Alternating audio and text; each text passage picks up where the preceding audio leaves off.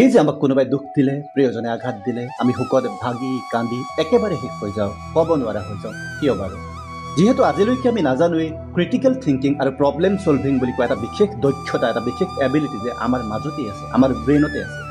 আৰু অকণমান আখৰা কৰিয়ে যে ইয়াক এটা শক্তিশালী ৰূপ দিব পাৰি, যিকোনো সমস্যাৰ সমাধান কৰিব পৰাকৈ আমি নাজানো। যিহেতু আমি নাজানোৱে, শিকিম ক'ৰ পৰা, কেনেকৈ?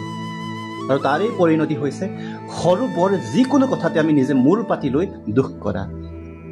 ভালদৰে জীয়াই থাকিবৰ বাবে আপুনি জাগিব লাগিব ভিতৰৰ পৰা, আৰু জাগিবৰ বাবে জানিব লাগিব শিপা আৰু মাটিৰ কথা। কেৱল ডাল আৰু পাতৰ কথা জানিলেই নহ'ব।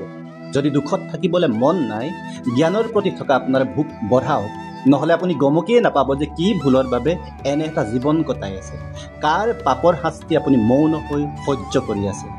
আমি সকলো এচাম সুবিধাবাদী আখৰিক পবিত্ৰী মানুহৰ ষড়যন্ত্ৰৰ বলি হৈ আছো। Be wise my dear brother and sister, be wise.